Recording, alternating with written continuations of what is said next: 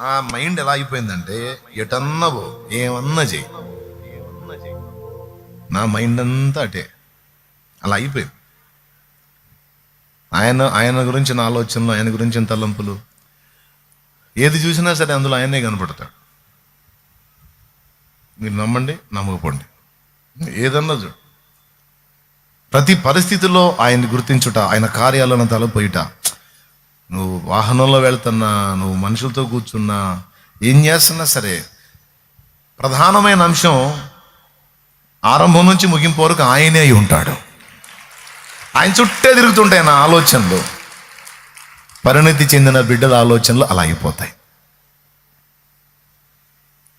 పరిణతి చెందిన బిడ్డల ఆలోచనలు అలా అయిపోతాయి. ఇప్పుడు చెప్పండి, 2 గంటలు, ఉదయం 1 గంట, సాయంత్రం 1 గంట ప్రార్థన, అలా ఉంటుందా ఇది? ఆహా.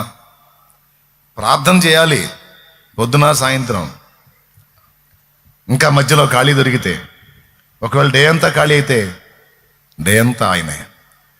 ఒకవేళ పని చేయాల్సి వస్తే పని చేస్తూ కూడా ఆయనే, ప్రయాణం చేయాల్సి వస్తే ప్రయాణం చేస్తూ కూడా ఆయనే. ఆ మెట్టికి వెళ్ళిపోయింది. అలా వెళ్ళినప్పుడు వినండి, అలా వెళ్ళినప్పుడు ఇక నువ్వు ఎక్కడున్నా సరే ఆయన నీతో ఉంటాడు. ఎక్కడున్నా ఆయన నీతో ఉంటాడు. అహబు సముఖంలోకి వెళ్ళి ఏలియా అన్నాడు, అహబు సన్నిధిలోకి వెళ్ళి ఏలియా అన్నాడు, ఎవని సన్నిధిని నేను నిలిచి ఉన్నానో యెహోవా జీవము తోడు, 3.5 సంవత్సరపు ఆకాశపు వర్షమే గాని మంచే గాని ఇశ్రాయేలు మీద కురవదు.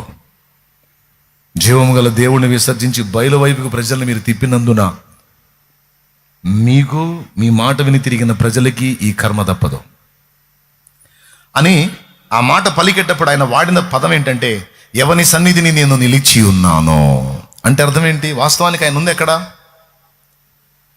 దైవజనులారా, విశ్వాసులారా అందరూ చెప్పండి, ఆయన ఉన్నది ఎక్కడ? ఏలియా అహబు సముఖంలో ఉన్నాడు, అహబు సన్నిధిలో ఉన్నాడు. కానీ ఏమన్నాడు తెలుసా?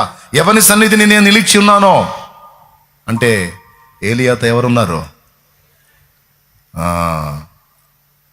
నేను నీ ముందున్నాను అనుకుంటున్నావు, నాతో ఆయన ఉన్నాడు, నేను ఎల్లప్పుడూ ఆయన సన్నిధిలో ఉన్నాను. అబ్రహాముతో ఏమంటున్నాడు?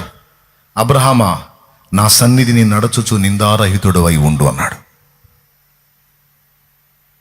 నా సన్నిధిని నిత్యము నిలుచు భాగ్యము నీకిత్తును అన్నాడు. వాగ్దానంలో మరొక చోట ఆదికాండం 17లో ఈ మాట అంటాడు. ఏలియా విషయం రాజుల మొదటి గ్రంథం 17లో ఏలియా అహబుతో ఆ మాట అంటాడు.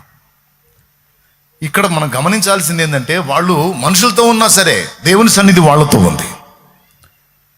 ఇది భక్తిలో పరాకాష్ట అంటాను నేను. ప్రార్థనకు పోయినప్పుడు ప్రార్థన చేసినప్పుడు దేవుడు నేను కాదు, ప్రార్థన చేసేటప్పుడు అవసరమైనవి అడిగేటప్పుడు ఆయన నాతో ఉన్నాడు. నేను అక్కడి నుంచి లేచి విడి కార్యక్రమాల్లోకి వచ్చినా కూడా నా తలంపంతా ఆయనతోనే ఉంది కనుక ఆయన నాతోనే ఉన్నాడు. నువ్వు ఎంత టైం నీ మైండ్ని ఆయనకి ట్యూన్ చేసి పెడతావో అంత టైం ఆయన నీతో ఉన్నట్టే కాదు, ఉన్నాడంతే. ఇది కహానే కాదు, నిజంగా ఉన్నాడు. లేకపోతే ఏలియా ఎక్కడున్నాడు? ఎవరి సన్నిధిని నేను నిలిచి ఉన్నాను అంటాడేంటి? మందిరంలో ఏమైనా ఉన్నాడా? లేకపోతే ప్రార్థనలో ఏమైనా ఉన్నాడా? అహబుకు వార్నింగ్ ఇస్తున్నాడు, కానీ అక్కడ నిలబడి ఏమంటున్నాడు? ఎవరి సన్నిధిని నేను నిలిచి ఉన్నానో. చూస్తారా ఒక వచనం తీస్తే బాగుండు. 1 రాజుల గ్రంథం 17వ అధ్యాయం 1వ వచనం.